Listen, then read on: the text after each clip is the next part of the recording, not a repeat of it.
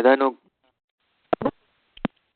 सर्वदुःखातिगो भवेत् तमहं सर्वदा वन्दे श्रीमद्वल्लभनन्दनम् अज्ञानतिमिरान्धस्य ज्ञानाञ्जनशलाकया चक्षुरुन्मीलितं येन तस्मै श्रीगुरवे नमः। नमामि हृदये शेषे लीलाक्षिराब्धिशायिनं लक्ष्मीसहस्रलीलाभिः सेव्यमानं कलानिधिं चतुर्भिश्च स्त्रिभिस्तथा षड्भिर्विराजते योऽसौ पञ्चधा हृदये मम। श्रीद्वारिकेश केशव केश विशेषस्तुतैक गुणलेश शिशारदेश येष प्रणतसुवेश नतिर्मः।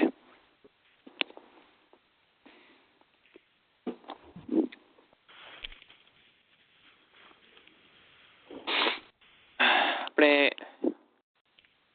જન્મ પ્રકરણની અંતર્ગત બદ્ધિતિ અધ્યાય દેવસ્તુતિમાં આપણે વેદ પ્રમાણે આપણે ભગવાનની જે સ્તુતિ થઈ રહી છે એમાં આપણે શ્લોક નંબર 35 ગઈ વખતે જોયો, એમાં 34 અને એમાં આપણે એ સમરાઇઝ્ડ ફોર્મમાં જોયું. એમાં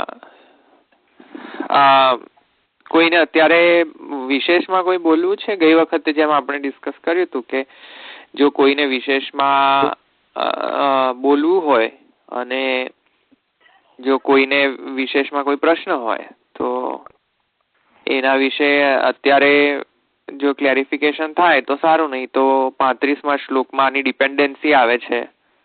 તો આ 34મો જ નહીં સમજમાં આવે તો 35નો જે પૂર્વ જે પક્ષ જે છે તે નહીં સમજમાં આવે. તો 35માં જતા પહેલા આપણે મેક શ્યોર કરવું જોઈએ કે 34માં લાસ્ટ ટાઈમ ચર્ચા થઈ એ પ્રમાણે જો કોઈને અત્યારે પ્રશ્ન હોય તો મને લાગે છે કે અત્યારે હેન્ડલ કરવું સારું, રાધર દેન છેલ્લે કવરઅપ થઈ જાય પછી પ્રશ્ન ના થાય કે અચ્છા હવે સમરી જ શું હતી.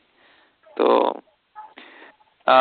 અત્યારે જો કોઈને એવું હોય, પ્રશ્ન હોય કે કોઈને વિશેષમાં કહેવું હોય તો કોઈક વિશેષ કોઈક બીજાને ભાવના આવતી હોય 34મા શ્લોકમાં માટે તો પણ એ બોલી શકે છે અત્યારે.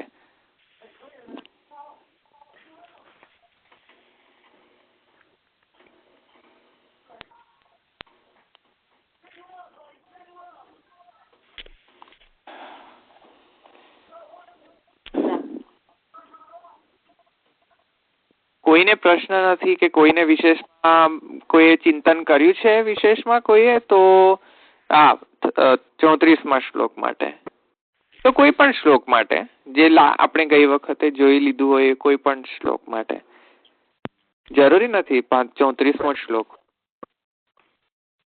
એને કોઈ સમરાઇઝ કરે તો પણ બધા માટે ઉપયોગી થશે જે ગઈ વખતે સમજાવ્યું. હા, સમરાઇઝ કરી શકે તો વધારે સારું. જો કોઈક વોલેન્ટિયર્સ હોય તો.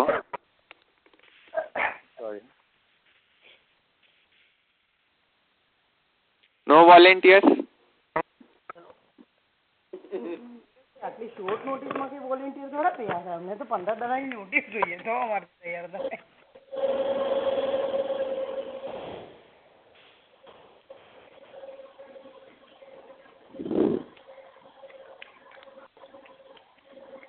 એનો મતલબ કે કાં તો બધાને સમજમાં આવ્યો જ નથી, તો એનો મતલબ જો વોલેન્ટિયર્સ જ ના હોય તો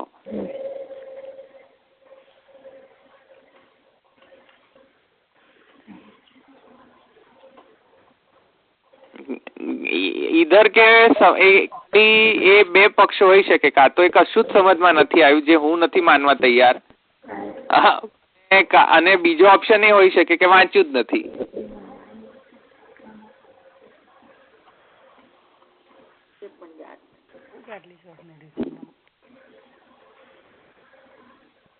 રેકોર્ડિંગ માટે મને ઓકે, હું અહીંયા માની લઈને જઉં છું તો પછી કે આ શ્લોકમાં બધું જ કઈ, બધા જ શબ્દ, બધા જ પદ અને અક્ષરાર્થ, પદાર્થ, શબ્દાર્થ, શ્લોકાર્થ સમજમાં આવી ગયો આ શ્લોકનો.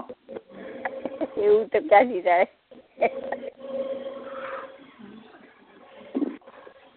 સમજમાં આવી જ ના હોય.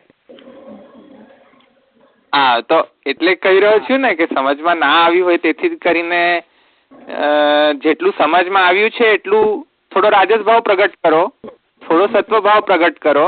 આપણામાં તો મિશ્રણ છે જ ને. આપણામાં શુદ્ધ સત્વ હોય જરૂરી નથી. રાજસ ભાવ પ્રગટ કરો થોડો.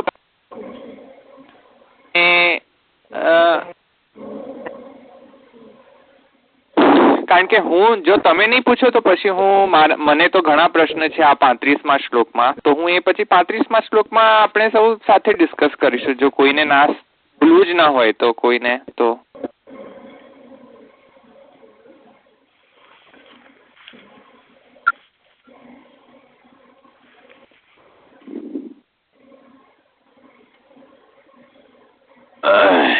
ઓકે, લાગે છે કે આપણે એને મ્યુટ કરી દઈએ. તો આપણે 35મો શ્લોક લઈ લઈએ.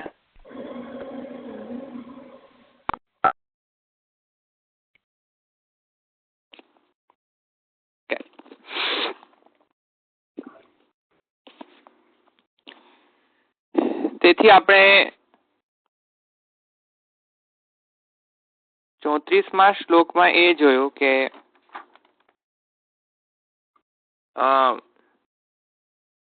જે પણ કાંઈ વર્ણાશ્રમ ધર્મમાં જે આચરવાતા જે ધર્મો છે અને તેનાથી દ્વારા જે ફલ સિદ્ધિ થઈ રહી છે, વેદોક્ત કર્મ અને વેદોક્ત જ્ઞાન, એમાં ફલરૂપ તો સ્વયમેવ પ્રભુના શુદ્ધ સત્વના કારણે જ છે. એ અહીંયા આપણે આટલું સમજમાં આવે છે. કારણ કે જો કોઈ એવું ક્લેમ કરતો હોય કે અમારા પાપ અને પુણ્ય દ્વારા ફલ સિદ્ધિ થશે, કે અમારા જ્યારે ભૂત શુદ્ધિ થશે, ભૂત શુદ્ધિ માને કે અંતઃકરણ, દેહ વગેરેની જે શુદ્ધિ છે તે અપેક્ષિત છે. કારણ કે પ્રભુના સેવા માટે એવું શાસ્ત્રમાં કહેવામાં આવે છે કે નિર્દોષ પૂર્ણ ગુણ વિગ્રહ જો પ્રભુનું સ્વરૂપ હોય તો જીવને પણ નિર્દોષ પૂર્ણ ગુણ વિગ્રહ થવું જોઈએ. તેથી જીવના સંસ્કાર પણ અપેક્ષિત છે એ સેન્સમાં કે જે પણ કાંઈ દોષ છે તે નિવૃત્ત થાય અને પછી ભગવદ ચિત્ત શુદ્ધિ થઈ જાય, પછી ભગવાન ના મોક્ષાધિકારિતાનું મોક્ષનો અધિકાર પ્રાપ્ત થાય છે, વરના થતો નથી. એ આપણે જોયું કે પાપ અને પુણ્યના કારણે આ કર્મો કે જ્ઞાન સહિત કર્મ આચરવા અશક્ય છે. કારણ કે પાપ અને પુણ્ય રિસ્પોન્સિબલ નથી જીવના. અલ્ટિમેટલી પ્રભુના શુદ્ધ સત્વ જ રિસ્પોન્સિબલ છે. અને એવી રીતે જો કોઈ એમ ધારતું હોય કે અમે પોતાના અંતઃકરણ વગેરે શુદ્ધ કરીને સ્વયમે પ્રભુને પ્રાપ્ત કરીશું, તો કરી શકે છે. પણ એ અંતઃકરણની શુદ્ધિમાં પણ વળી પાછો જે રોલ છે તે ફલ જે છે તેના પાછળ જે રોલ છે તે વળી પાછો શુદ્ધ સત્વનો જ રોલ આવી જાય છે.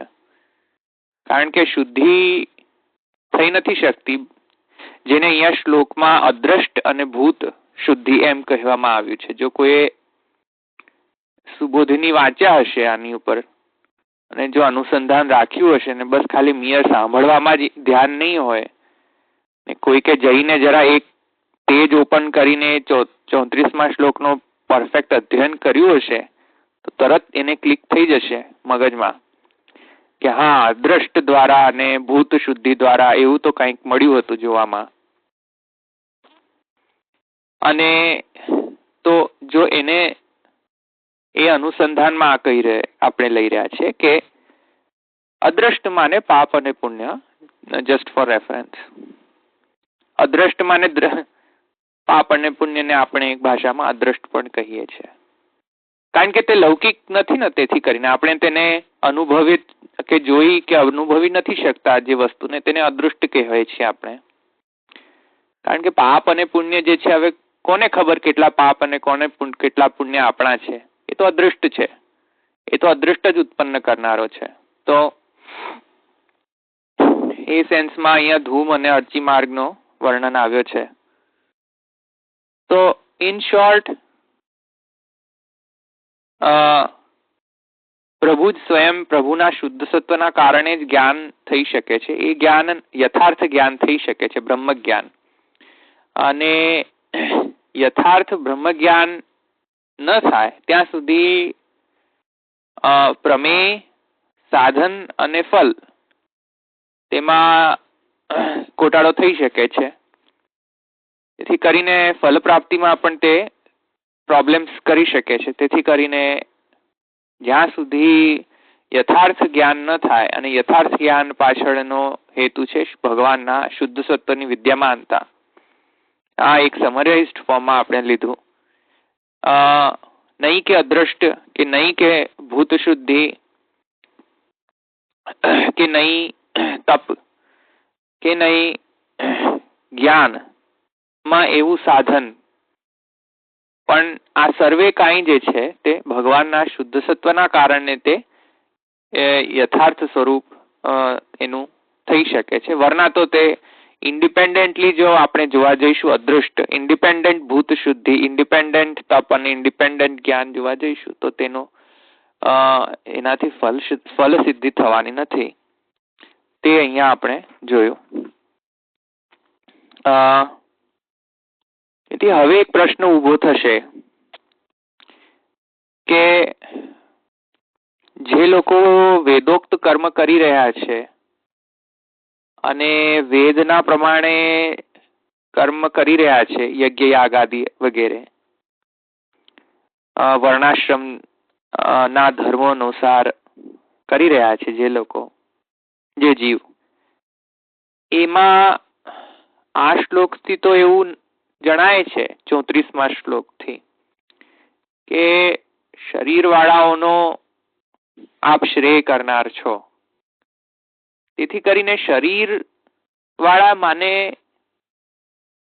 કે શરીરના અભિમાન વાળા, તે આપણે લાસ્ટ ટાઈમ જોયું હતું, માને કે જેને હજુ અદ્વૈત જે છે, બ્રહ્મ જ્ઞાન સ્ફુરણ નથી થયો હજુ, શુદ્ધાદ્વૈત, તો તેવા જે જીવો છે તેમને પોતાના કર્મ કરતાના પણાનો અભિમાન હોઈ શકે છે, અહંતા હોઈ શકે છે, અને પૂર્ણતયા તેઓ પોતાનું મમત્વ જે છે તે બ્રહ્માગ્નિમાં હોમ નથી કરી શકતા, કે જો જ્ઞાન માર્ગી હોય તો વગેરે. તો જે લોકો આવી દશામાં છે, અભિમાન વાળા, શરીરાભિમાન વાળા, કે હજુ પણ કરતાપણાનું હજુ પણ તેઓને અભિમાન છે, અહંતા છે, એ અભિમાન નેગેટિવ સેન્સનો પેલો અભિમાન નથી, પણ જેમાં હજુ બ્રહ્મ જ્ઞાન ની સાધન રૂપતા હજુ આવી નથી, બસ મિયર ખાલી કર્મ કરે જાય છે તેઓ. તો તેવા લોકોને તો તે અહીંયા કહેવામાં આવ્યું છે કે હા, તેવા લોકોને તો ભગવાનના શુદ્ધ સત્વની તો જરૂર પડે જ છે.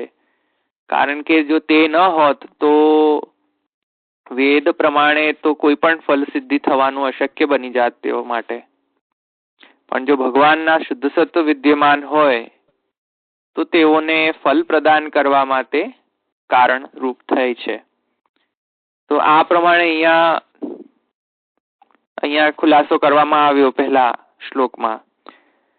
પણ પછી એક પૂર્વ પક્ષ થઈ શકે છે કે ઠીક છે, જે લોકોને બ્રહ્મ જ્ઞાન હજુ પ્રાપ્ત નથી થયો અને જેઓ જ્ઞાન સહિત કર્મ નથી કરતા, જેઓ બસ ખાલી કર્મમાં આસક્ત છે પણ હજુ બ્રહ્મ જ્ઞાન કે જ્ઞાન સહિત તેમનો કર્મ નથી, તેમને તો ભગવાનના શુદ્ધ સત્વની જરૂરિયાત રહે છે. કારણ કે કોઈક ને કોઈક ભૂત શુદ્ધિ તેમની રહી ગઈ હશે, ચિત્ત શુદ્ધિ હજુ પણ થવાની બાકી છે. તેથી કરીને હવે ફલદાન થાય કેવી રીતે? તેથી કરીને તેમને ભગવાનના અદ્રષ્ટની જરૂરિયાત રહે છે, ભગવાનના શુદ્ધ સત્વની. પણ પછી એક પૂર્વ પક્ષ થાય કે તો પછી જે લોકોને જ્ઞાન સિદ્ધ થઈ ગયો હોય ને વૈરાગ્ય સિદ્ધ થઈ ગયો હોય, આવા જે જ્ઞાન અને વૈરાગ્ય જે સિદ્ધ થયું હોય અને જે લોકોને વેદનો જ્ઞાન હોય અને તેઓ તપ પણ આચરતા હોય આ જ્ઞાન મેળવવા માટે, તો પછી તેઓને શા માટે ભગવાનના શુદ્ધ સત્વની જરૂરિયાત રહે? તેઓ શા માટે ભગવાનના શુદ્ધ સત્વની જરૂરિયાત રહે? તેઓને તો વેદ પ્રમાણે જ્ઞાન હોય જ છે. વેદમાં જે નિરૂપિત જે જ્ઞાન છે તે વાંચવાથી અને વેદમાં નિરૂપિત જે જ્ઞાન છે તેને મેળવવા માટે સાધનરૂપ તપ જે છે તેને આચરવાથી પોતાની ફલાવસ્થા પર પહોંચી શકે છે. તો શા માટે હવે વળી પાછો ભગવાનના શુદ્ધ સત્વની જરૂરિયાત એ લોકો માટે શા માટે જરૂરિયાત છે? તેથી શું આપણે એમ માનવું જોઈએ કે જે લોકોને વેદોક્ત જ્ઞાન છે અને તે જ્ઞાન માટે જે તપ આચરી રહ્યા છે તેઓને ભગવાનના શુદ્ધ સત્વની કોઈ પણ જરૂરિયાત નથી? આ પૂર્વ પક્ષ, ઉત્તર પક્ષ નથી. આ પૂર્વ પક્ષ માને કે પ્રશ્ન છે. આ ઉત્તર પક્ષ નથી હજુ. આ તો કન્ફ્યુઝ ના થઈ જતા કે હા આમ કેમ કહે છે, આ પૂર્વ પક્ષ કહી રહ્યો છું. તો આવો કોઈને પૂર્વ પક્ષ થઈ શકે છે કે શરીર વાળાઓનો જ શ્રેય કરનાર છે અશરીર વાળાઓ, એટલે કે જેઓનો અહંતા જે છે તે બ્રહ્માગ્નિમાં હોમાઈ ગઈ છે, તેથી કરીને એમને અશુદ્ધાદ્વૈત સ્ફુરણ થાય છે. તો તેઓને તો કોઈ જરૂરત જ નથી, કારણ કે શરીર વાળાઓનો જ શ્રેયસ્કર છો આપ. જે લોકોને બ્રહ્મ જ્ઞાન છે, વેદ પ્રમાણેનો જ્ઞાન છે, સાધનરૂપ જ્ઞાન, તેમને શું જરૂર છે?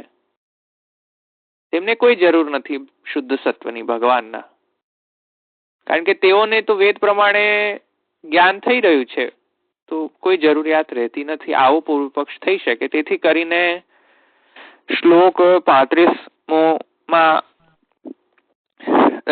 દેવો વળી પાછા તેવા જ ભગવાનની સ્તુતિ કરી રહ્યા છે, ભગવાનના શુદ્ધ સત્વની સ્તુતિ કરી રહ્યા છે વળી પાછા.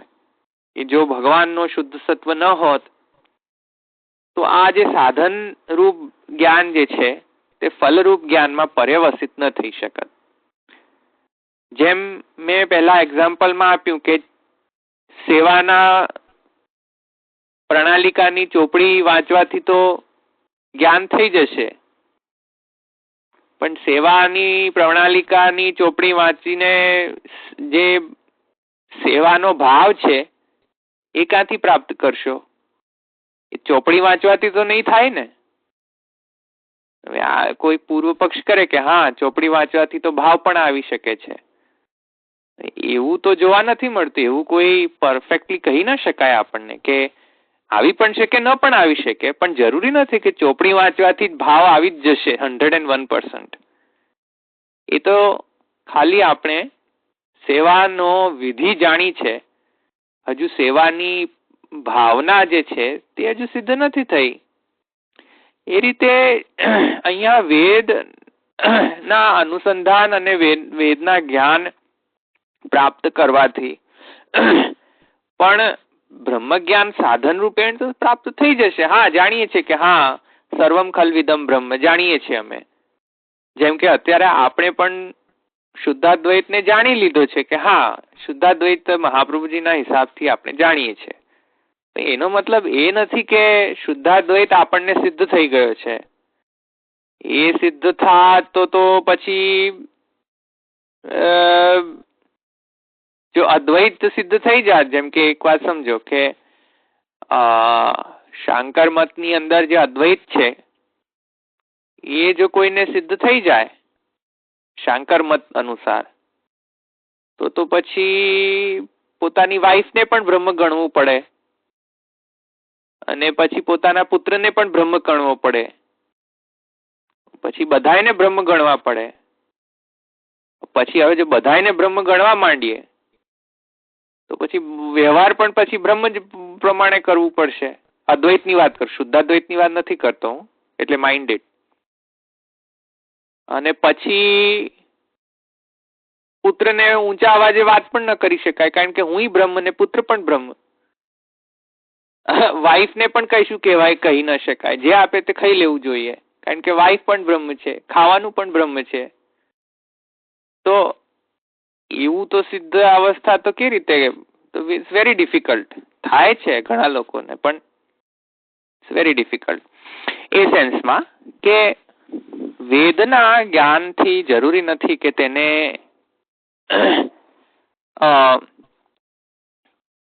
સિદ્ધ જ્ઞાન થઈ જાય.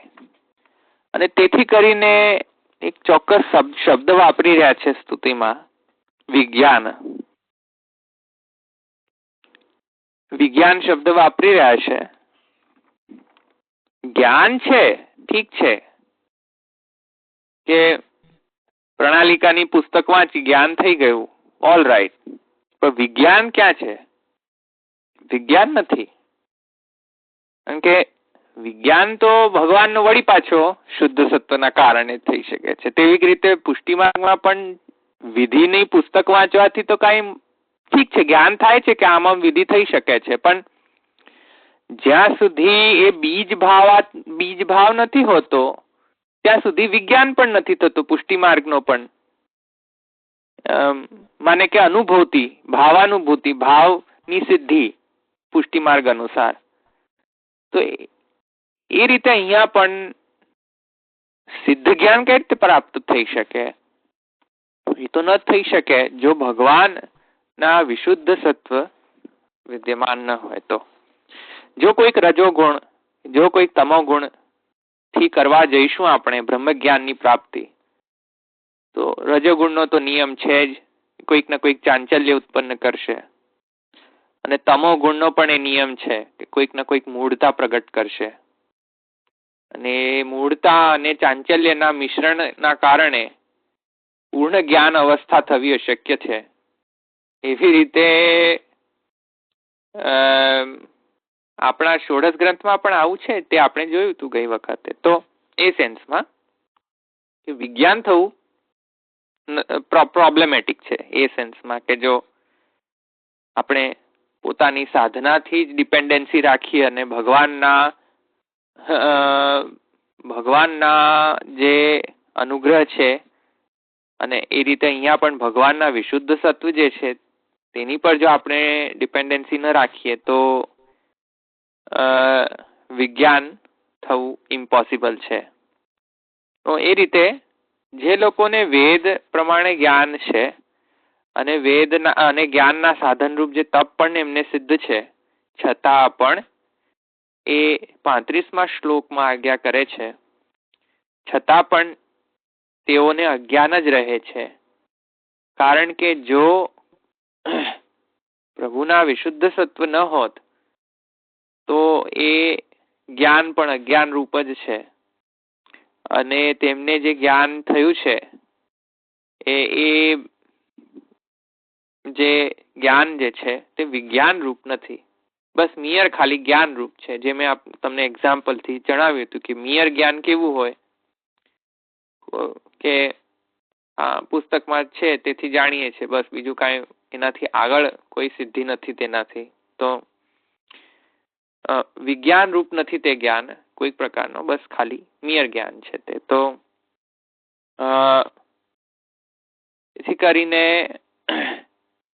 શ્લોકમાં પણ તેઓ આજ્ઞા કરે છે કે આપનું જ આ સત્વ ન હોત તો અજ્ઞાનને મટાડનાર અને ભેદને મટાડનાર વિજ્ઞાન ન જ હોત.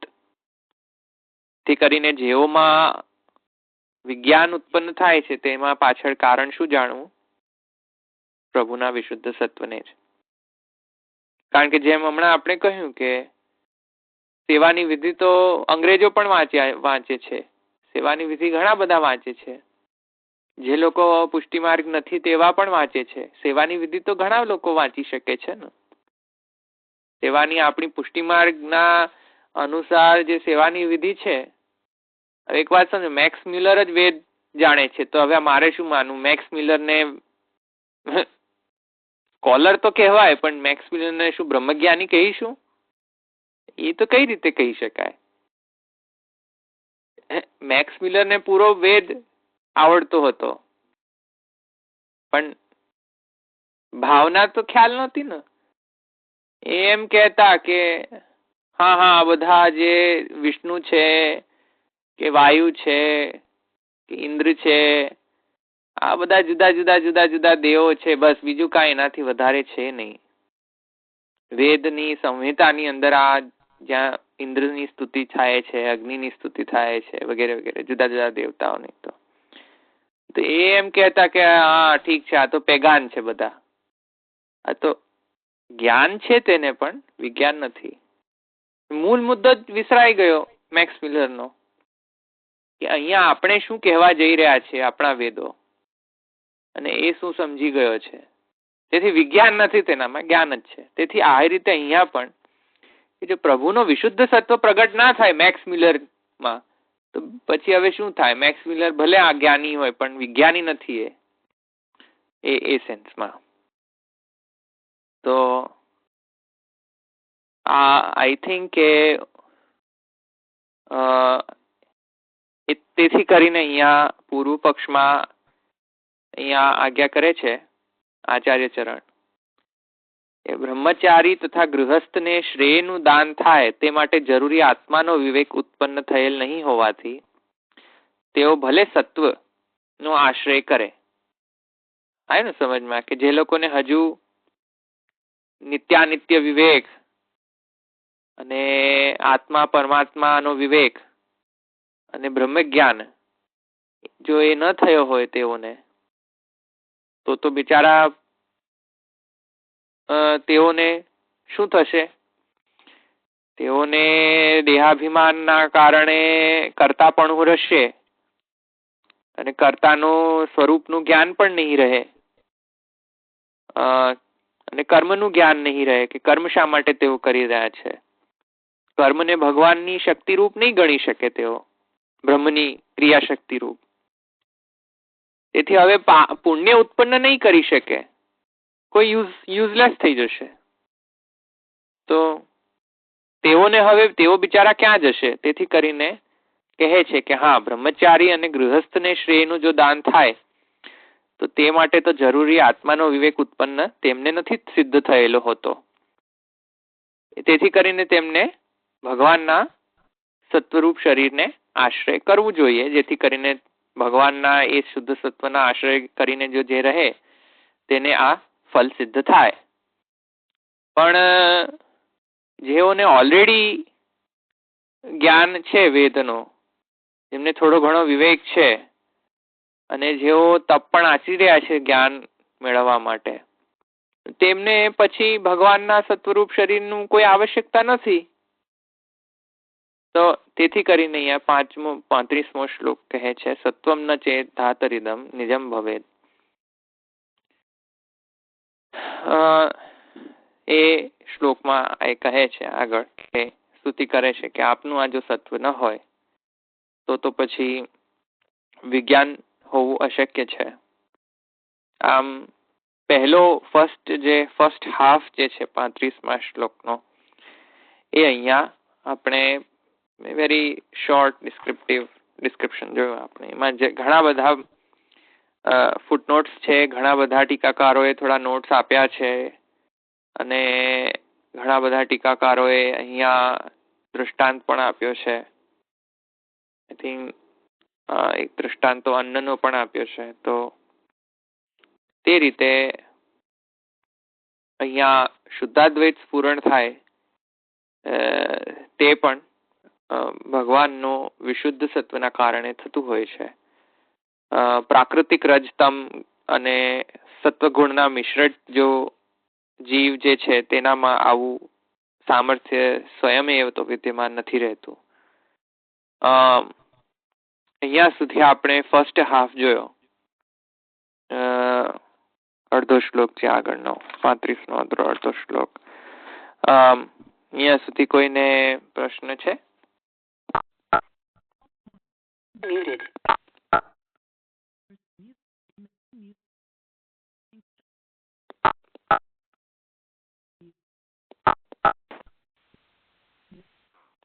હા, hello નીરજભાઈ. I am sorry Dhavalbhai. હા બોલો. એટલે જસ્ટ ટુ અન્ડરસ્ટેન્ડ બટ કે એનું just you might understand better. પણ જો આમાં જે 34મા શ્લોકમાં જે આ રીતનું નિરૂપણ કર્યું છે કે આ સત્વમ વિશુદ્ધમ આ રીતનું ને આ રીતે વેદ ક્રિયા યોગ તપ સમાધિથી પ્રભુનું અર્હણ કે પૂજન સેવા કરે છે. જનહ જે સમી હતે એમને ભગવત સુખાર જે કરે છે, આવું કરેલામાં પણ સાધન માર્ગથી કરવામાં આવે તો કોઈ દુર્લભને જે એ કરી શકે છે. અને એવો દુર્લભ માટે એને જે આવું કરેલું છે એવો કે સાધન માર્ગથી, તો જેને આવું દુર્લભ કામ કર્યું થયું છે જેને ભગવત કૃપાથી, એના માટે આ ઈદમ નિજમ ભવે છે. તો એનો અર્થ એવો થયો કે આટલું બધું કર્યું છે સાધન માર્ગથી તો જ એને વિજ્ઞાન થવાની શક્યતાઓ છે. એ તો નથી. Is that correct? શક્યતા વળી પાછો તમે રિપીટ થોડો કરજો, હું સમજ્યો નહીં હજુ થોડો. મને થોડા ડાઉટ્સ છે તમારા ક્વેશ્ચનમાં જ, એટલે તમે જરા થોડું ફરીથી સમરી ફોર્મમાં કહેશો જરા, કારણ કે મને ખ્યાલ નહીં આવ્યો, હજુ પણ સમજમાં ના આવી. એટલે આજે 35મા શ્લોકમાં જે કહ્યું ને કે પ્રભુનું સત્વમ વિશુદ્ધમ શ્રયતે એ કેવું ધારણ કરે છે, તો અને એના પછીનો બીજો જે અર્ધ ભાગ છે કે કેવી રીતે, તો વેદ ક્રિયા યોગ તપઃ સમાધિ તવ અર્હણમ એટલે તમારી પૂજા કે સેવા ભક્તિ માર્ગની દ્રષ્ટિએ જોવા જઈએ. પણ પૂજા આપણે મર્યાદા માર્ગથી જોવા જઈએ એક ફક્ત એક સાઈડ ટ્રેક કરીને, તો એમ એ રીતે પણ જનહ એટલે એક વચન વાપરીને એમાં કહ્યું છે કે દુર્લભતા છે આવી વ્યક્તિની કે ભગવત સુખાર્થ કે ભગવાનના કારણથી ભગવાનમાં સમર્પિત આવું કર્મ પણ કરશે એવો પણ જન દુર્લભ છે સાધન માર્ગમાં પણ. અને સમજીને એટલે બધું આ વેદ ક્રિયા યોગ્ય રીતે જે કરવાનો છે એવું દુર્લભ વ્યક્તિ છે. પણ આવા દુર્લભ જે વ્યક્તિએ કરેલું છે એને જ વિજ્ઞાન અજ્ઞાનનો અતિરેક કરી અને વિજ્ઞાન થવાની શક્યતા રહેલી છે. એનો અર્થ એવો થયો એ પ્રશ્ન 1. અને પ્રશ્ન 2 કે દાપમાર્જનમ એટલે દાપન અર્જનમ જે છે, તો દાપન એટલે ફોર્સફુલી ટુ ટેક ફોર્સફુલી કે ટુ ટેક્સ ઇટ, એ રીતનો એનો મિનિંગ થાય છે એમ. એટલે આઈ ડોન્ટ નો આમાં એક્ઝેક્ટલી મિનિંગ શું થાય, મેં તો હવે ઇંગ્લિશ ડિક્શનરીમાં જોયું છે. પણ એનો અર્થ એ થયો કે આ રીતે પણ જે વિજ્ઞાન પ્રકટ થાય છે એ બહુ અતિ કષ્ટ સાધ્ય છે, ફોર્સિબલી કરવામાં આવે છે તે, અથવા તો સાધન માર્ગથી શક્ય, એટલે બહુ જ કષ્ટ સાધ્ય છે. અને ઇટ ઇઝ પોસિબલ બીકોઝ કષ્ટ સાધ્ય તો જોડે છે પણ એનો અતિરેક જ કરવામાં આવે છે, એટલે અજ્ઞાનની સંપૂર્ણ નિવૃત્તિ થતી નથી. કારણ કે હજી ભગવત અનુભવ તો થયો નથી એનાથી, ખાલી અનુમાન જ થયું છે. એટલે પહેલો થોડો બેકગ્રાઉન્ડ નોઈઝ આવી રહ્યો છે. જે લોકો પાત્ર માંજી રહ્યા છે જરા એ મ્યુટ કરી દે, જેથી કરીને આખા કોન્ફરન્સને ડિસ્ટર્બન્સ ના આવે. જે ભાઈ કે બહેન પાત્ર માંજી રહ્યા છે પ્લીઝ મ્યુટ કરે. હા, થેન્ક યુ. હા, તો એટલે હા બરાબર છે. તમારો પહેલો ફર્સ્ટ પાર્ટ જે છે ને તેજસભાઈ, એ તો બરાબર છે. જે સેકન્ડ પાર્ટ જે છે ને એમાં તમે કંઈક મને વળી પાછું મેં મિસ કર્યું, પણ એમાં તમે એવું કહ્યું વિજ્ઞાનમ અજ્ઞાનમ ભેદાપ માર્જનમ. એમાં તમે સંધિ વિચ્છેદ કર્યો, રાઈટ? કઈ રીતે સંધિ વિચ્છેદ કર્યો જરા મને કહેશો? દાપમ અને અર્જનમ એટલે કદાચ એટલે સંધિમાં મેં જુદી રીતે કરી હોય, પણ વિજ્ઞાનમ અજ્ઞાન વિજ્ઞાનમ અજ્ઞાનમ અપમાર જન્મ છે. જુઓ, એટલે મને કદાચ એટલે મારામાં આખું ના સંધિ ખોટી જ છે. અપમાર જન્મ થાય. સંધિ ખોટી છે. ખોટી છે. શ્લોક સંસ્કૃત શું સાચું છે? એટલે કદાચ મારામાં સંસ્કૃત જ ખોટું પ્રિન્ટ થયેલું હોય. હા હા હા, એક સેકન્ડ. એમાં સંધિ એવી છે, વિજ્ઞાનમ જે છે અને પછી અજ્ઞાન ભિદ આવ્યો ને સમજમાં? અપમાર જન્મ. અપમાર જન્મ છે. હા, એવું જ છે. એટલે અજ્ઞાન નો ભેદ એટલે કે એનો ભેદી નાખે અજ્ઞાન ને. આવ્યો ને સમજમાં? અને વિજ્ઞાન છે જે છે એ અજ્ઞાન ને ભેદ કરી દે. આવ્યો ને સમજમાં? ભેદ ને મટાડનાર વિજ્ઞાન જે છે, વિજ્ઞાનમાં ને ભેદ ને મટાડનાર જે છે હોય તે. એ રીતે સંધિ છૂટી પડશે અહીંયા. અજ્ઞાન ભેદ જે છે તે. એટલે હું સંધિ ખોટી પાડતો હતો. હા, રાઈટ. એટલે ધાતા શબ્દ યુઝ કરે છે જે ને સમજ, ધાતરિદમ એમ કહે છે. જોયું? એટલે એટલા માટે જેને ધાતા કહે છે, because of this very same reason that you just asked. એટલે સંબોધન પણ અહીંયા સપ્તમ વિભક્તિ થી સંબોધનાત્મક વિભક્તિ યુઝ કરી છે અહીંયા. ધાતરિદમ હે ધાતા એમ કરીને અન્વય છે. કારણ કે ધાતા એ જ કહેવાય ને કે જે વિજ્ઞાનનો અર્પણ કરે, જ્ઞાનભિદ હોય,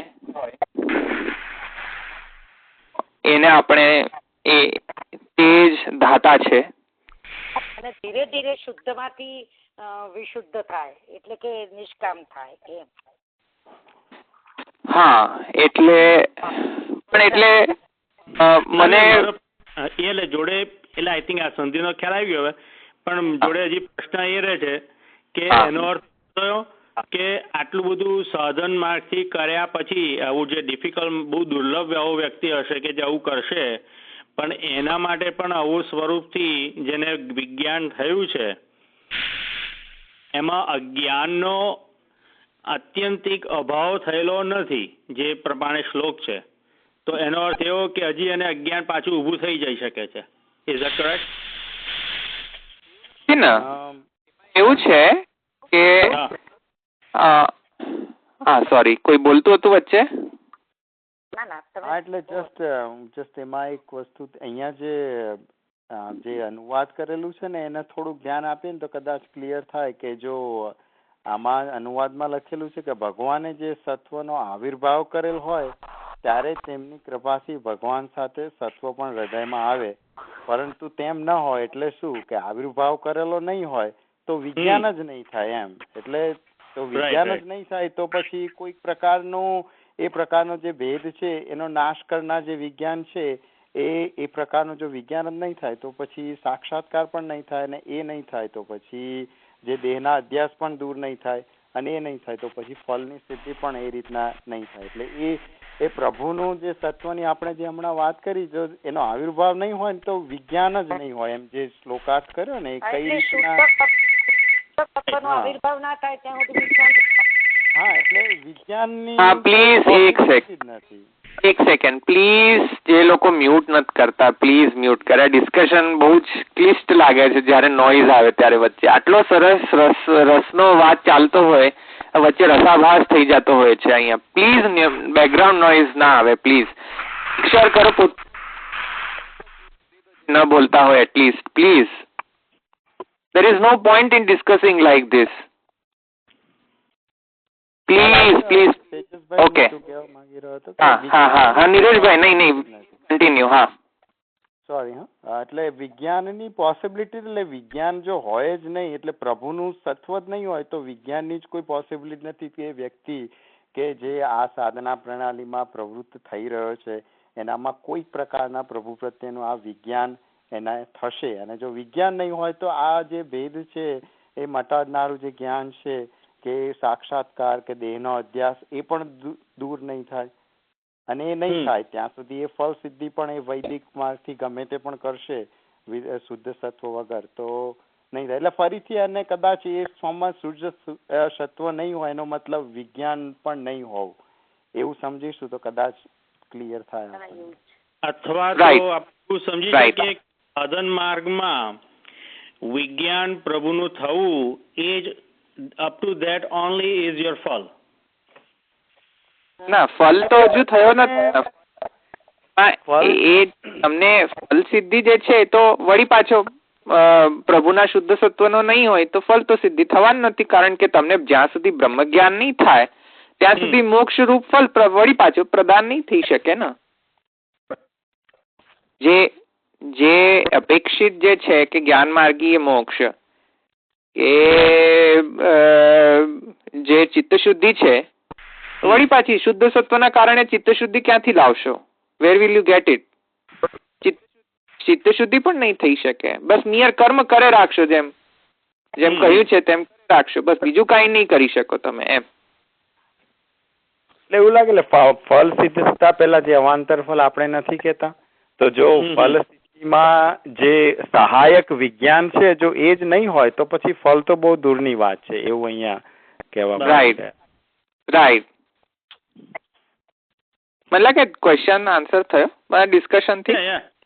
ઓકે, ગુડ. પ્રશ્ન એ તો 34મા શ્લોક માટે, કારણ કે સાધન રૂપ થી વર્ણન કર્યું છે તો એને ભક્તિ માર્ગીય દ્રષ્ટિથી એને વ્યસન રૂપતા કહેવાય કે કેમ? કારણ કે જન સમ ઈહતે, એનાથી એમ કે જે વ્યક્તિ ભગવદાર્થ કે ભગવત સુખાર્થ કરે છે તેના એ જનને એ વ્યક્તિને પ્રભુની સત્વરૂપતા અથવા તો વ્યસનતા થાય છે, કારણ કે એની કર્તવ્ય પરાયણતા ત્યાં છે, સર્વને પ્રભુમાં સમર્પિત કરીને કરવાની.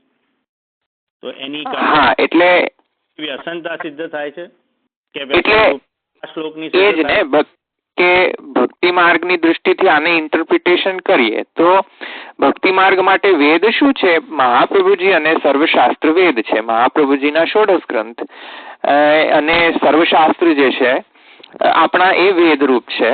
શ્રી ગુસાઈજી, શ્રી ગોપીનાથજી, શ્રી આચાર્ય ચરણો, અન્ય આચાર્ય ચરણો જે છે એમના વંશજો જે છે જે અને સર્વશાસ્ત્ર જે છે તે આપણા માટે વેદ છે. અને પછી એ 16 ગ્રંથના હિસાબથી આપણે જયારે સિદ્ધાંત મુક્તાવલી વગેરે ગ્રંથ જે છે તેમાં અપાતા જે ઉપદેશો જે છે સેવાના જે છે તેના પ્રમાણે ક્રિયા આપણે કરતા હોઈશું, તેથી કરીને ક્રિયાયોગ પણ સિદ્ધ થાય છે. અને તપ જે છે તેમાં આવતા જે સેવાની સિદ્ધિ માટે જે આવતા દુઃખ જે છે, જેમ કે વિવેક, ધૈર્યની જરૂરિયાત હોય છે, નવરત્નની અંદર પણ ચિંતાઓનો સમાવેશ થઈ શકે છે. આ બધા જે છે તે તપ સમાન છે, કારણ કે જેનામાં તપ નહીં હોય તેમાં વિવેક નહીં આવી શકે, જેનામાં તપ નહીં હોય તેનામાં ધૈર્ય નહીં આવી શકે, આશ્રય પણ નહીં ટકી શકે જેનામાં તપ ન હોય. દુઃખ સહન કરવાની શક્તિ જે છે એમાં કોઈ પણ સાધના પ્રણાલીને આચરવા માટે કોઈ સીધો સરળ રસ્તો નથી હોતો કે હા સાધના હોય તો એમાં ઘણા પણ પ્રોબ્લેમ્સ આવશે જ. એ પ્રોબ્લેમ્સ ને જો નાસીપાસ થઈ જઈશું તો તપ નહીં સિદ્ધ થાય. જેથી કરીને તપ પછી નિરોધ જે છે, જે નિરોધાવસ્થા, નિરોધ લક્ષણમાં એ આપણો સમાધિ છે. તેથી ભક્તિ માર્ગની દૃષ્ટિએ પણ આપણે સમજી જ શકીએ છીએ આવી રીતે કે હા નિરોધ છે તે સમાધિ રૂપ છે અને તપ જે છે એ આ વિવેક, ધૈર્ય, આશ્રય ભક્તિ રૂપ છે. ભક્તિ સ્વયમેવ નિરોધ રૂપ છે. એટલા તેથી કરીને સમાધિને આપણે ભક્તિમાં ખપાવીશું, ભક્તિને આપણે તપ તરીકે નહીં લઈએ. પણ ભક્તિને સિદ્ધ કરવાના જે અંગો જે છે, જેમ કે વિવેક, ધૈર્ય, આશ્રય વગેરે જે છે, શરણાગતિના જે અંગો છે તે, અને ક્રિયાયોગ જે છે માને કે ઉપદિષ્ટ સેવા જે છે.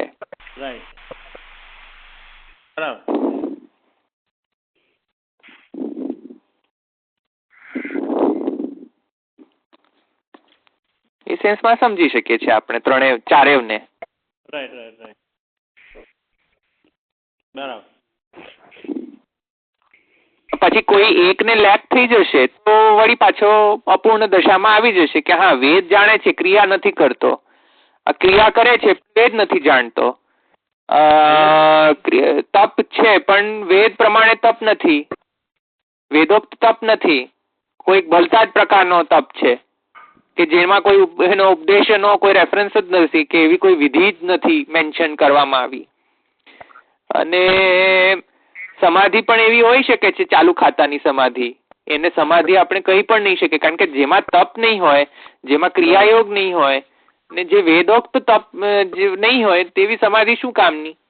તમે સમાધિ તો ઘણા બધાની થઈ શકે છે, જેમ ઓશો રજનીશ છે, તો ઓશો રજનીશ જે છે તે એમ કહેતા હતા કે હા એ તો ભોગાવસ્થામાં પણ સમાધિ થઈ શકે છે. કહીશું એ સેન્સમાં થોડો મેં હાસ્યાસ્પદ એક્ઝામ્પલ આપ્યો, પણ આઈ મીન જસ્ટ એક્ઝામ્પલ તરીકે. ના સાચી વાત છે, પણ એ જો એટલે આ જે સત્વમ વિશુદ્ધમ પ્રકારનું નથી તો ભ્રમણા. હા રાઈટ. આમાં એકદમ મજાની વાત તો એ છે કે દરેક શ્લોકમાં જાણે આચાર્યચરણ એવું કહેતા હોય કે કૃષ્ણ સેવા સદા કાર્ય, એવું દેખાઈ આવે છે. આપણે નતું સિદ્ધાંત રહસ્યમાં ભ્રમ સંબંધ કરવાથી દોષ નિવૃત્તિ નહીં થઈ જાય, સેવાથી થશે. રાઈટ. ખાલી એકલું ભ્રમ સંબંધ લઈ લીધું એટલે દોષ નિવૃત્ત થઈ ગયા એવું નહીં ભાઈ. અંતઃકરણ શુદ્ધ થઈ ગયું એટલે બસ હવે તમે થઈ ગયા, તમે મુક્ત થઈ ગયા, તમને ફલ સિદ્ધિ થઈ ગઈ, એવી વાત નથી. પણ સેવા કરશો તો થશે એમ. રાઈટ.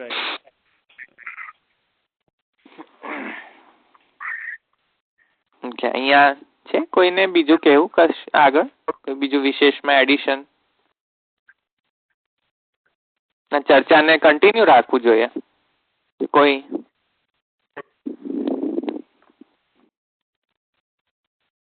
ઠીક છે, તો જો હવે મારા પ્રશ્ન શરૂ થશે મારા પોતાના, કારણ કે મને પોતાને કોન્ફિડન્સ નથી, તેથી હવે હું એને પ્રશ્નના ફોર્મમાં રજૂ કરીશ અને આપણે જો એને આપણે સાથે મળીને ડિસ્કસ કરી શકીએ આ પ્રશ્નોને તો આપણે રહેશે, નહીં તો આપણે બાવાશ્રીને પણ આપણે આ પ્રશ્ન કરી શકીએ છીએ. પણ let's discuss it out first. જો કોઈને એવી સૂઝ હોય ને કોઈને એવું ભાવના અને સમજાતું હોય તો વેરી વેલ એન્ડ ગુડ. પણ મને હવે આ પ્રશ્ન છે હવે, કારણ કે હું એનાથી આગળ નથી જઈ શકતો. પ્રશ્ન એ છે કે જ્યાં સેકન્ડ હાફ જે છે શ્લોક 35 શ્લોકમાં, એ જે સેકન્ડ હાફ જે છે અડધો શ્લોક, ગુણ પ્રકાશૈર અનુમીયતે ભવાન પ્રકાશતે યસ્ય ચ યેન વા ગુણ, એ જે છે એમાં એક તો પહેલા શ્રીધરની વ્યાખ્યાને રિફર કરવામાં આવી છે, જો બધાએ વાંચ્યું હોય તો, નહીં તો બમ્પર જ જશે મારો ક્વેશ્ચન. પણ હા શ્રીધર જે, હા રાઈટ. તો જે શ્રીધર જે છે ટીકાકાર ભાગવતના, એમનો એમનો ત્યાં રેફરન્સ કરવામાં આવ્યો છે. રેફરન્સ ગ્રામેટિકલી તો સમજમાં આવે છે કે હા ત્યાં આપણે આચાર્ય ચરણોએ ત્યાં ગ્રામેટિકલી સુધારો કર્યો છે, ત્યાં શ્રીધરે જે અર્થ લીધો છે તે નથી લેવા માંગતા આચાર્ય ચરણો. એ ક્રિયાપદ વગેરે સમજમાં આવે છે, પણ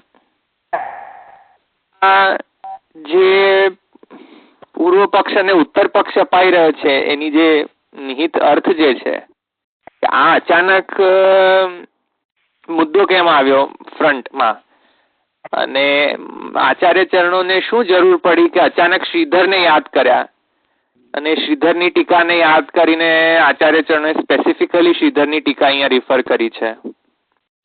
અને એમાં શું બેઝિક આઈડિયા છે આની પાછળ, એ પણ એનો ફર્સ્ટ પ્રશ્ન છે. અને સેકન્ડ પ્રશ્ન એ છે કે એના પછી શ્રીધરની વ્યાખ્યાને રિફર કર્યા પછી પણ એક આચાર્ય ચરણો આજ્ઞા કરે છે કે કે જેના લીધે ગુણ પ્રકાશે છે તેવા આપનું ગુણોના પ્રકાશનથી અનુમાન થાય છે. અનુમાન ઠીક છે, પણ જે પૂર્વ પક્ષ વળી પાછો કોઈ પૂર્વ પક્ષ કરવામાં આવ્યો છે એ પૂર્વ પક્ષમાં પણ મને બહુ ખાસ અર્થ સમજમાં નથી આવતી કે શા માટે પૂર્વ પક્ષની જરૂરિયાત પડી છે. અને આમ તો જો કે ગુણોનો અર્થ શું છે, અન્વયાર્થ અને અર્થ તરીકે સમજમાં આવે છે, પણ જ્યારે આપણે એને એક સાથે વિચારીએ કે સેકન્ડ હાફ લખવાની જ જરૂર શું હતી, જસ્ટ ખાલી એવી સ્તુતિ ન થાય સત્વમ ન ચેત ધાતરિદમ નિજમ ભવેત બીજા આપમાર્જનમ, બસ ફિનિશ. નેક્સ્ટ સેકન્ડ હાફ ની જરૂરિયાત શું છે, મુદ્દો શું છે, અહીંયા એ મુખ્ય મુદ્દો નથી સમજમાં આવતો મને. તેથી કરીને આ બે પ્રશ્ન છે. જો કોઈને એની ભાવના સ્ફુરણ થતી હોય, not in the context of કે એનો અર્થ તો સમજમાં આવે છે, ટીકામાં બધું મેન્શન કર્યો છે કે ગુણોનો મતલબ વિષયોને ગ્રહણ કરવા માટેની ઇન્દ્રિયો ને એ ઇન્દ્રિયના ને એમાં જ્ઞાન થવા પાછળ પણ ભગવાનનો સત્વ જ. પણ મુદ્દો શું છે અહીંયા સેકન્ડ હાફ શ્લોકનો મેઇન રીઝન શું છે? અને બીજો પ્રશ્ન જે છે આમ બે પ્રશ્ન છે, શ્રીધર અને સેકન્ડ હાફ શ્લોક. આમ એટલે આઈ ગેસ પણ મને એવો આમાં ભાવ થાય છે કે અહીંયા વિજ્ઞાન વાળું તો આગળ અર્ધમાં વાત કરી કે જરૂર માટે કે વિજ્ઞાનમ અજ્ઞાનભેદ અપમાર્જનમ, તો આવું અજ્ઞાનને ભેદી અને વિજ્ઞાનને પ્રગટ, પણ એ જે વિજ્ઞાન પ્રકટ કર્યું એ વિજ્ઞાન સાથે પણ અન્ડરસ્ટેન્ડિંગ, એ વિજ્ઞાન જે બ્રહ્મજ્ઞાન જે છે એ જે પ્રકટ થયું જાણવાની વાતને, steel there is a limitation કે એનાથી ઈશ્વરને નહીં જોવાય. કારણ કે જે ગુણોનું જે વર્ણન કર્યું તે ગુણોના વર્ણનથી ઈશ્વર નથી વર્ણવાતો, એનું અનુમાન થાય છે. તો જ્યારે ઈશ્વર ભગવાન આપ જ્યારે એ ગુણોને પ્રકાશિત કરીને જેનાથી અનુમાન થાય છે, જે ગુણોના પ્રકાશથી તમારું અનુમાન થાય છે, એને તમે નહીં પ્રકાશિત કરો તો તમારા ગુણને પણ, તો તમારા ગુણનો કોઈ એમાં અર્થ આવતો નથી. તો એની ફલરૂપતા પણ એ વિજ્ઞાનની કોઈ ફલરૂપતા સિદ્ધ થતી નથી. મને એવો ભાવ થાય છે કે વિજ્ઞાન જે કીધું તો વિજ્ઞાનથી શું થઈ ગયું મોટી વાત, હજી તોય ગાડી તો અટકેલી જ છે. તો હજી એને યોગીઓને પણ સમાધિ દ્વારા એ ઈશ્વરના દર્શન કરવાની ઈચ્છા છે અને એ દુર્લભ કયા છે. તો બધા જ્ઞાનીઓ છે, બધા વિજ્ઞાનવાળા છે, છતાં એમને કેમ દુર્લભ કયા ભગવાનના દર્શન? તો જ્યાં સુધી તમે નથી કહેતા, તમે એનો પ્રકાશ નથી કરતા એ વિવિધ સ્વરૂપનો, જેવી રીતે બ્રહ્માજીને 14મા શ્લોકમાં જે 12મા 13મા શ્લોક અધ્યાયમાં આવે છે કે બ્રહ્માજીને દર્શન ભગવાનના થયા લીલાના, અને જેવી રીતે અર્જુનને દિવ્ય ચક્ષુનું દાન કરીને કર્યું છે, કે બીજા બધા ભાગવતજીમાં અનેક પ્રકારના વર્ણન છે કે જે યશોદાજીને મુખારવિંદમાં બધા દર્શન કરાવ્યા છે. તો આવા ગુણોનો પ્રકાશ વિજ્ઞાનથી શું થઈ ગયું? વિજ્ઞાન તો યશોદાનું બી વિજ્ઞાન જ છે, એક રીતે જોવા જઈએ ભક્તિ માર્ગની દ્રષ્ટિ, મારી દ્રષ્ટિથી એનું વિજ્ઞાન જ છે. તો એનો વિજ્ઞાનનો કોઈ અર્થ નથી જ્યાં સુધી એ પ્રકાશિત એમાં નથી થતો. તો એનું વિજ્ઞાનની કોઈ ફલરૂપતા નથી જ્યાં સુધી ઈશ્વર એને ફલરૂપ ન કરે. This is what I understand. પણ વળી પાછી ચિકન એને એક પ્રોબ્લેમ થઈ ગયો ને, શું? તો પછી જો વિજ્ઞાન જે છે, જો એ આપણે એને કાર્ય નહીં ગણીએ, એને જો ફલ નહીં ગણીએ, તો વળી પાછો પ્રોબ્લેમ થઈ ગયો. તો વિજ્ઞાન જો એમના દ્વારા જ પ્રદત્ત હોય, ભગવાન દ્વારા જ પ્રદત્ત હોય વિજ્ઞાન, બરાબર, તો પછી અથવા કેમ શબ્દ યુઝ કરવામાં આવ્યો છે? કારણ કે જો એ વિજ્ઞાનને સાધન અવસ્થામાં જ હજુ વિજ્ઞાન ગણીશું તો પછી 35મા શ્લોકની જરૂરિયાત નથી. કારણ કે હજુ પણ 35મા શ્લોકની થી પણ જો પ્રભુના વિજ્ઞાન રૂપના કારણે પણ જો એ વિજ્ઞાન બ્રહ્મજ્ઞાન સ્ફુરણ ન થતું હોઈ શકે ને દેહાધ્યાસ કે વગેરે અધ્યાસ દૂર ન થઈ શકતા હોય, તો પછી ફર્સ્ટ હાફ ની જરૂરિયાત નથી, તો પછી સેકન્ડ જ હાફ, તો પછી સેકન્ડ હાફ ની જ જરૂરિયાત છે. જે આપણે શ્રીમદ ભાગવતજીના ફરીથી પ્રમેય પ્રકરણનો રેફરન્સ લઈએ આ બાબતમાં, તો આસક્તિ થી ભગવાને અજ્ઞાનનો ભેદ કર્યો છે, અવિદ્યાનો ભેદ કરીને જ્ઞાનનું પ્રાકટ્ય કર્યું છે, જે પ્રમેય પ્રકરણમાં 6 અધ્યાય છે અને 7મા અધ્યાયમાં ધર્મી સ્વરૂપનું વર્ણન છે. એવી રીતે આગળના 34મા શ્લોકમાં તો એવા જનની દુર્લભતા કઈ છે કે આવું કરવું જોઈએ, પણ આવું કરનારો દુર્લભ છે. તે દુર્લભ કરેનું ફળ, એને ફળ એક સ્ટેપ બાય સ્ટેપ શું થશે, તો એને એવું વિજ્ઞાન થશે. તો વિજ્ઞાનથી પણ કોઈ ફળરૂપતા નથી. જેના માટે કહ્યું છે કે આવા યોગીઓના અંતઃકરણમાં પ્રભુ બિરાજે છે, જે યોગીઓ એના દર્શન કરવા એને દુર્લભ છે, જે શિવ બ્રહ્માને દુર્લભ છે, જેના ચરણ કમળ ની રજ, તો આવા દુર્લભ છે. તો વિજ્ઞાનથી તો કશું સિદ્ધ નહીં થયું હજી. ના, એ તમે એ તો બરાબર છે વાત તમારી, પણ એ ભક્તિ માર્ગીય દ્રષ્ટિથી બરાબર છે વાત. એ ભક્તિ માર્ગીય જે હોય જીવ અને ભક્તિ માર્ગીય સાધના છે, એ સાધનાના હિસાબથી પરફેક્ટલી 101% એગ્રીડ તમારી વાત.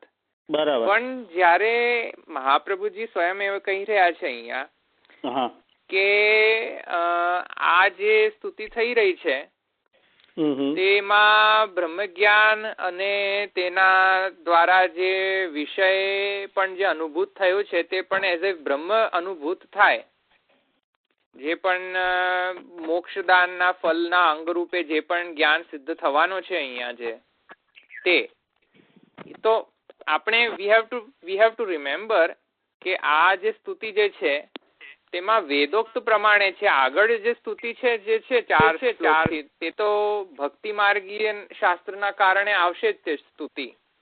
પણ મને અહીંયા એ આપણે ભક્તિ માર્ગને અહીંયા મિક્સ કરીશું તો બધા જ ભક્તિ માર્ગીય રીતે, જો કે ભાવના તો બરાબર છે, હું ભાવનાને ડિનાય નથી કરવા માંગતો કોઈની પણ મારો જે પ્રોબ્લેમ જે છે first of all, late me explain again. You are right 100% with 100% right with perspective of ભક્તિ માર્ગ કે હા બ્રહ્મ જ્ઞાન થયું તો શું થયું, કારણ કે બ્રહ્મ જ્ઞાન તો બસ ખાલી ભક્તિ માર્ગના હિસાબથી અંગ છે, એ કોઈ ફલ નથી. કારણ કે બ્રહ્મ જ્ઞાનથી તો વળી પાછો ભગવાનમાં નિરુદ્ધ થવું પડશે, તો એ બરાબર છે. ભગવદ અનુભૂતિ નહીં થઈ શકે તો એ પ્રોબ્લેમેટિક છે ભક્તિ માર્ગની સેન્સથી, એ બરાબર છે. પણ અહીંયા જે આપણે સમજવાનું છે તેને, લેટ મી એક્સપ્લેન ઇટ. મારો ક્વેશ્ચન વધારે હું એક્સપ્લેન કરું તેને, then we can discuss it. Refer to 141 page number. એમાં એ લખે છે ત્યાં કે આ સત્વ પોતે જ્ઞાનરૂપ નહીં હોવાથી તેનો સાધનમાં ઉપયોગ થાય. ઓકે, આ પૂર્વ પક્ષ છે અને ઉત્તર પક્ષ નહીં માનતા. હા, જો ભગવાનનો અથવા આત્માનો આવિર્ભાવ બીજી રીતે સત્વ વિના જ થાય તો સત્વનું શું પ્રયોજન? તેમાં તે સંબંધમાં લોક જેનો અનુભવ કરે છે તે ઇન્દ્રિયોનો પ્રકાશ પોતાના કારણના પ્રકાશને સૂચવે છે. ત્યાં ઇન્દ્રિયોની પ્રવૃત્તિ કરાવનાર ભગવાન અથવા ઇન્દ્રિયોના અભિમાનવાળા જીવોનો પ્રકાશ અવશ્ય છે. તેથી તેના અનુસંધાનથી જ તેને ઢાંકી રાખનાર મલ દૂર થતા તે બંનેનો પ્રકાશ થશે.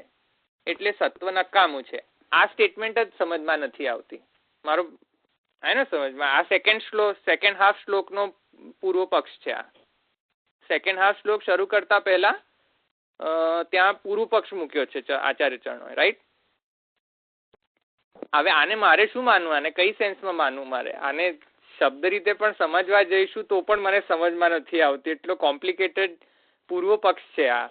અને એની પહેલા એ યાદ રાખવું જોઈએ કે ત્યાં શ્રીધરનો પણ પૂર્વ પક્ષ મૂક્યો છે, તેથી કરીને there must be some link in between. મને એ સમજવું છે. I cannot understand that. Right, શંકા બરાબર છે, પણ મને શું લાગી રહ્યું છે કે મહાપ્રભુજી જે શ્રીધરના મતમાં કદાચ ભક્તિને કેન્સલ કરવાની જે વાત આવી રહી છે એ કદાચ મહાપ્રભુજીને ત્યાં અપેક્ષિત નથી કે સત્વની શું જરૂર એ શંકા કરી. એને એ શંકા એટલા માટે કરી કે સત્વની તો જરૂર છે જ, ભક્તિ સત્વ વગર તો ફલ થાય નહીં. ઇવન વેદથી પણ ખાલી તમે કરશો તો પણ કશું વળે નહીં જ્યાં સુધી જ્ઞાન નહીં થાય. જ્ઞાન કયા પ્રકારનું, વિજ્ઞાન કયા પ્રકારનું, પ્રભુનું સાક્ષાત્કાર રૂપી જ્ઞાન.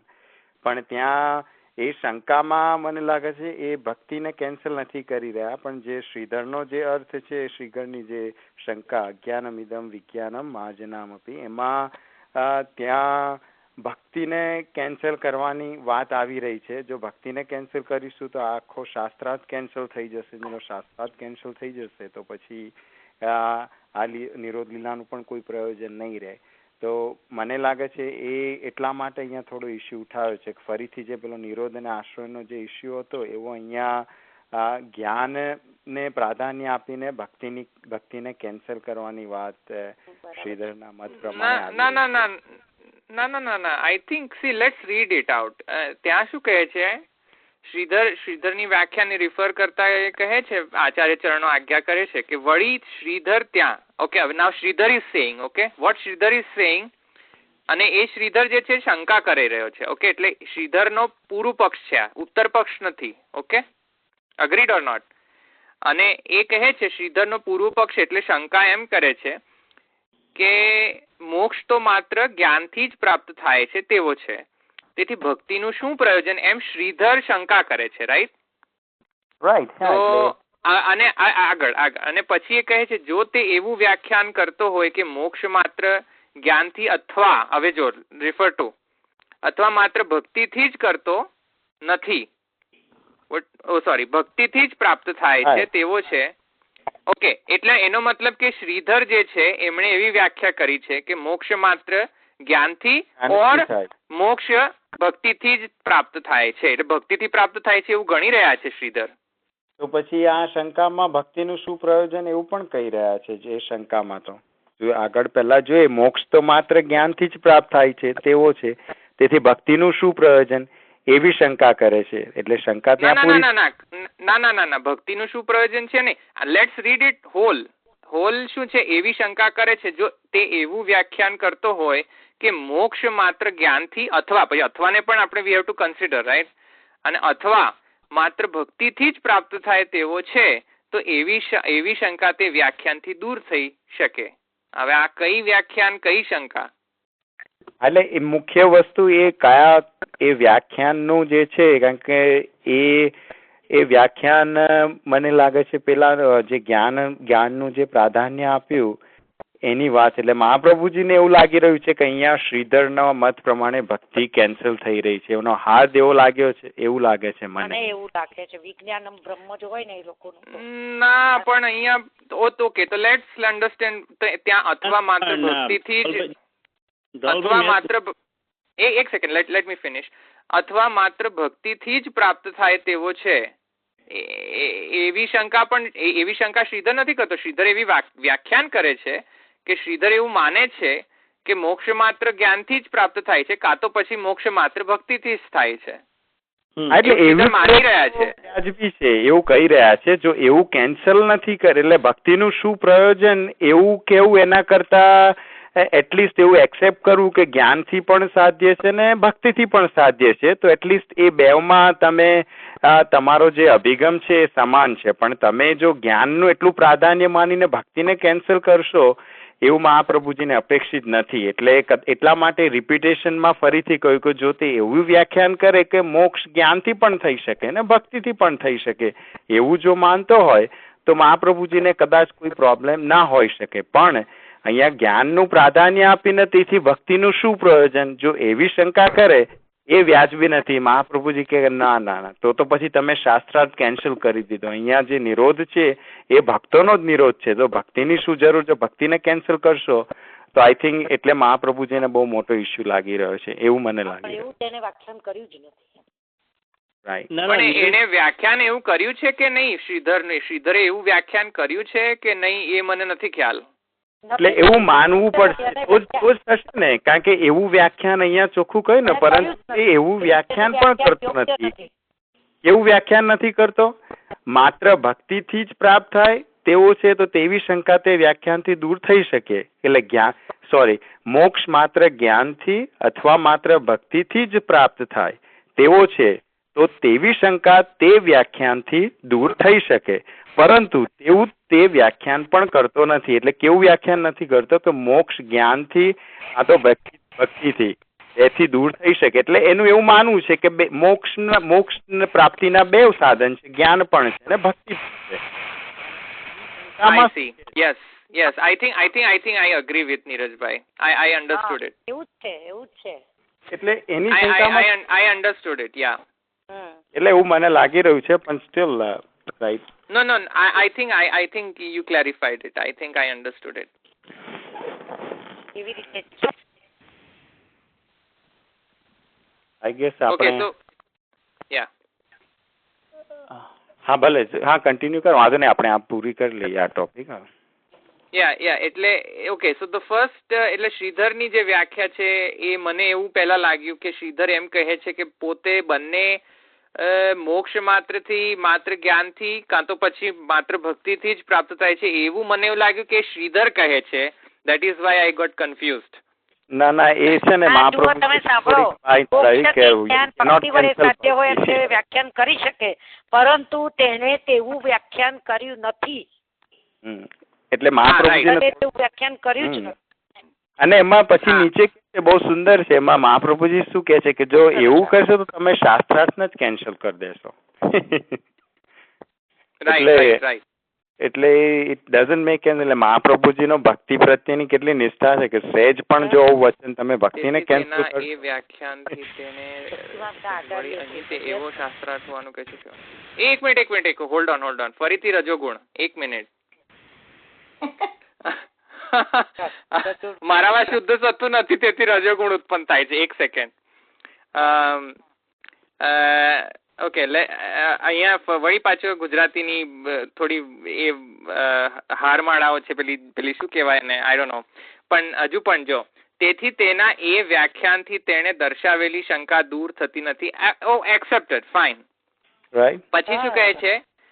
Hold on. પછી શું કહે છે? વળી અહીં તે એટલે શ્રીધર, રાઈટ? એટલે વળી અહીં શ્રીધર એવો શાસ્ત્રાર્થ હોવાનું કહે છે કે માત્ર ભક્તોને જ મોક્ષ પ્રાપ્ત થાય છે. હવે મારે શું સમજવું? હવે મારે અહીંયા શું સમજવું? જો એવું નહીં, પણ એને જે વ્યાખ્યાન કર્યું એમાં એ પણ સિદ્ધ નથી થતું. ઉપર પ્રમાણે વ્યાખ્યાન તેને કરેલ તે પ્રમાણે તેવો અર્થ પણ નીકળતો નથી, તેથી તેનું વ્યાખ્યાન બરાબર નથી. એટલે શું વ્યાખ્યાન? એટલે મને તો પછી આ સ્ટેટમેન્ટ નું આપણે એને કઈ રીતે? શ્રીધર તો એવું પણ માને છે કે માત્ર ભક્તોને જ મોક્ષ પ્રાપ્ત થાય છે. હા, પણ રાઈટ ઓર રોંગ? એવું જ માને. એની જે સ્ટેટમેન્ટ છે ડબલિંગ થઈ ગયું ને. એ એક બાજુ એમ માને છે કે ભક્તોને મોક્ષ પ્રાપ્ત થાય છે, બીજાને કોઈને મોક્ષ પ્રાપ્ત થતો નથી. જો એવી શંકા ના કરવી જોઈએ કે ભક્તિનું શું પ્રયોજન. નહીં. Let's hold on. Let's decide. શ્રીધરનો શું વ્યાખ્યાન છે એ મને કહો. શ્રીધર શું કહે છે આના વિશે? શ્રીધરનો એ પોતાનો પણ એવો મત અહીંયા કદાચ દર્શાવેલો હશે, કાં તો મહાપ્રભુજીએ એના મત પ્રમાણે એવું નિર્ધારણ કરેલું છે કે ભાઈ એ એવો શાસ્ત્રાર્થ તો માની જ રહ્યો છે કે માત્ર ભક્તોને જ મોક્ષ પ્રાપ્ત થાય છે.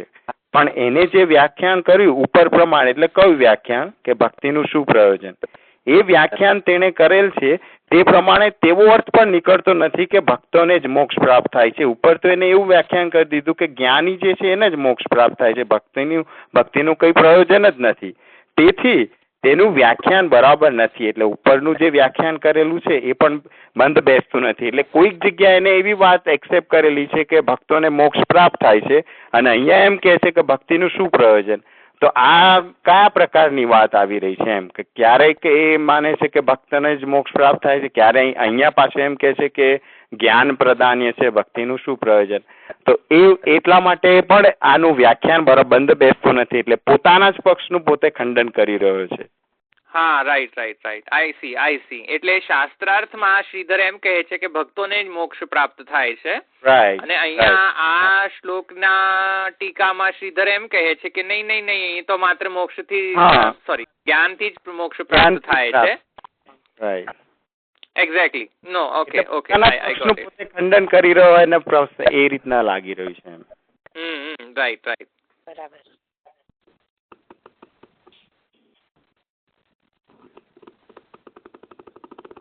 તો આજનો કન્ટિન્યુએશનમાં જ્ઞાનની મર્યાદા માર્ગની દ્રષ્ટિથી આપણે બીજો અડધા ભાગનો વિચાર કરવા જઈએ તો એ બીજો એક વિચાર થાય કે કેમ, એ પ્રશ્ન છે મારો.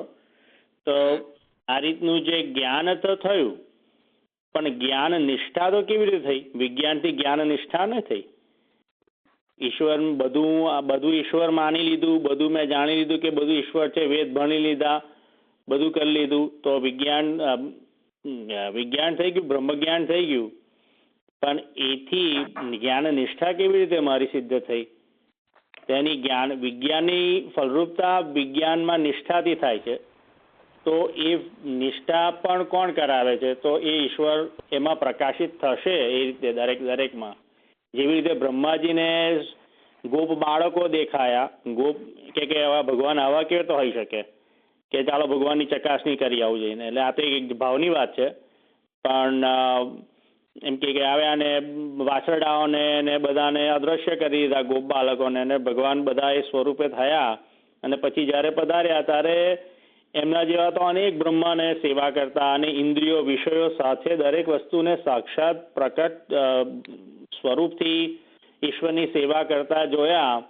અને પછી એમને તકલીફ થઈ ગઈ, એટલે પછી ભગવાને લીલા અંતર્ધાન કરી અને પાછું પોતાના હાથમાં કોડિયો લઈને ગોપ બાળકોને શોધતા એવા સ્વરૂપમાં પાછા પ્રકટ થઈ ગયા. તો બ્રહ્માજીને તો બધું જ્ઞાન છે કે આ કોણ છે, કેવા છે, શું છે, વગેરે વગેરે બધું વિજ્ઞાન છે એમની પાસે. છતાંય એને જોવાની એની જે અસમિતા છે, એની અસીમ જેનું સ્વરૂપ છે, એ વિજ્ઞાનથી પણ એને જે જાણી નથી શકાતો એવું અસીમ સ્વરૂપ છે, એમાં પ્રભુ એ ગુણથી પ્રકાશિત ન થાય પોતે જાતે, ત્યાં સુધી એ વિજ્ઞાનની નિષ્ઠા થતી નથી. ત્યાર પછી બ્રહ્માજીની નિષ્ઠા થઈ ગઈ છે કે હવે તો આ દરેક વસ્તુ ઈશ્વર છે. એમ કે એમને એવું હતું કે હું કરતા હરતા છું, પણ એ કાનો ક એ છે. તો એવું એમને તે વખત થયું કે મહારાજે તો અનેક કા બધું એમની જોડે એમની સેવા કરનારા છે. અને એમને જે વિચાર્યું હતું અચિંત્ય જે બ્રહ્માજીને હતું, એ જ્ઞાન બ્રહ્માજીને ઠાકોરજીએ પ્રકટ સ્વરૂપથી બતાવ્યું છે.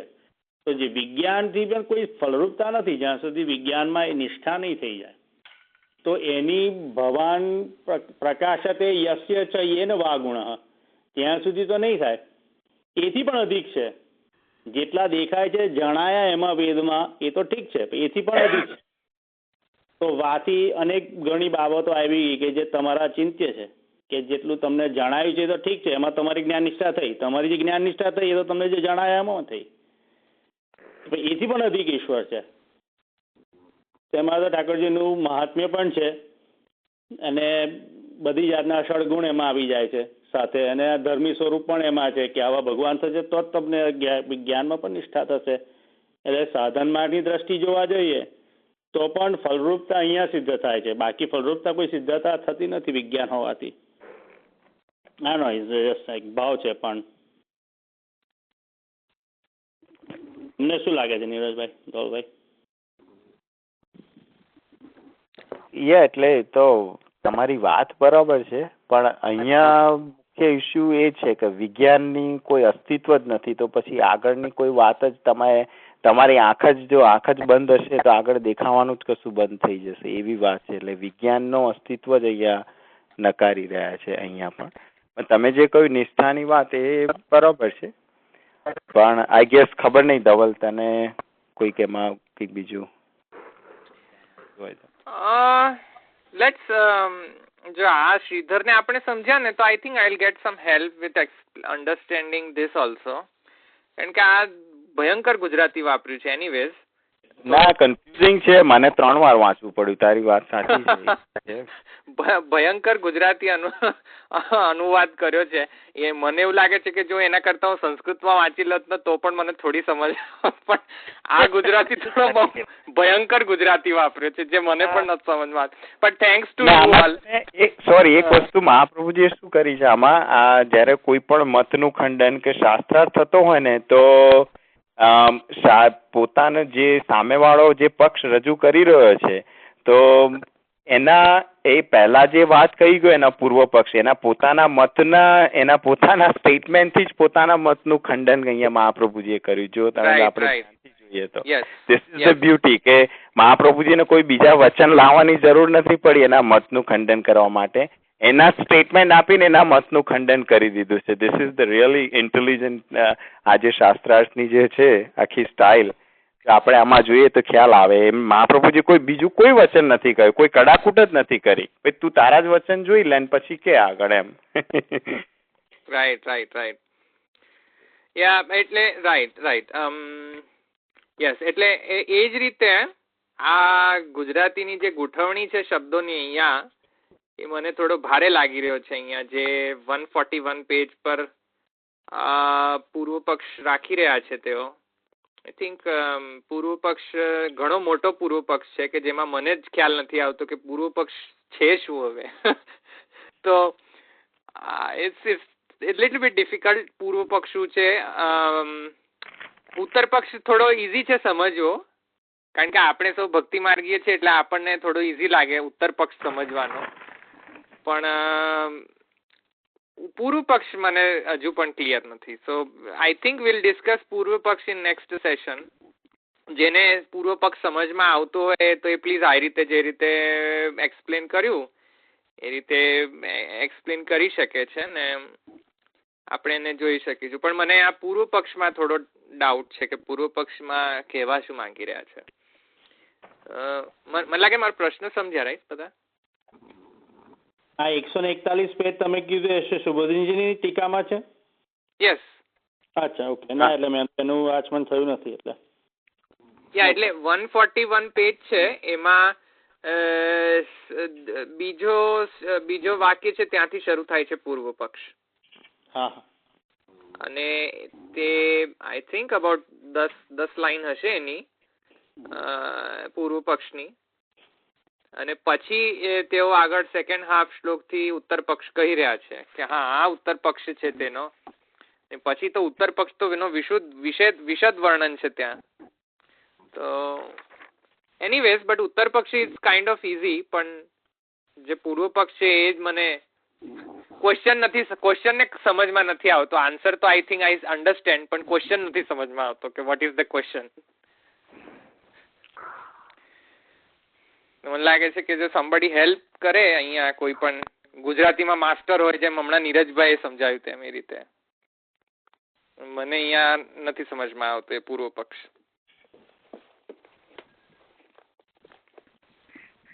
નેક્સ્ટ ટાઈમ રાખીએ તો આ એજન્ડાને ટાઈમ આપણે સમય થઈ ગયો છે પણ રાઈટ પણ બધા વાંચીને આવે જો એટલીસ્ટ થોડુંક એ કરીને આવે તો ખ્યાલ આવે. બધાની પાસે કંઈક ને કંઈક છે જ આપણે ઇન્ફોર્મેશન, બધા પોતાની રીતના વાંચી જ રહ્યા છે. તો જસ્ટ પ્રયત્ન કરીએ, પ્રયત્ન જ આપણે ઇમ્પોર્ટન્ટ છે. બાકી સાચું ખોટું એ તો આપણે અહીંયા કોઈક નિર્ધારણ કરવા નથી બેઠા.